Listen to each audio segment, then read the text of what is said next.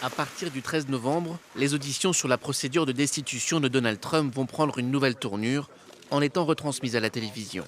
3 personnes sont d'ores et déjà appelées à témoigner à nouveau.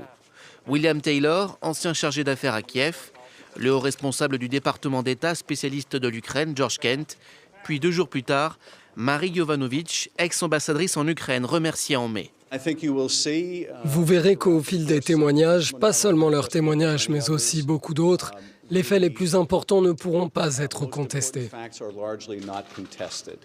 Ces 3 diplomates ont en commun d'avoir émis des réserves sur le blocage de 400 millions de dollars d'aide militaire à l'Ukraine, décidé par Donald Trump.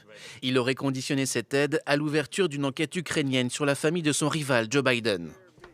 Ces faits, William Taylor les a décrits lors de son audition à huis clos, rendue publique par la commission du renseignement de la Chambre des représentants. Il est très clair pour moi que l'argent de l'aide militaire ne serait pas débloqué tant que le président ukrainien ne s'engageait pas à faire les investigations demandées. Dans un discours à la Maison-Blanche, Donald Trump se défend en plaidant l'irresponsabilité des démocrates. Regardez ce qui se passe, ce que les gens disent et les idées qu'on leur met dans la tête.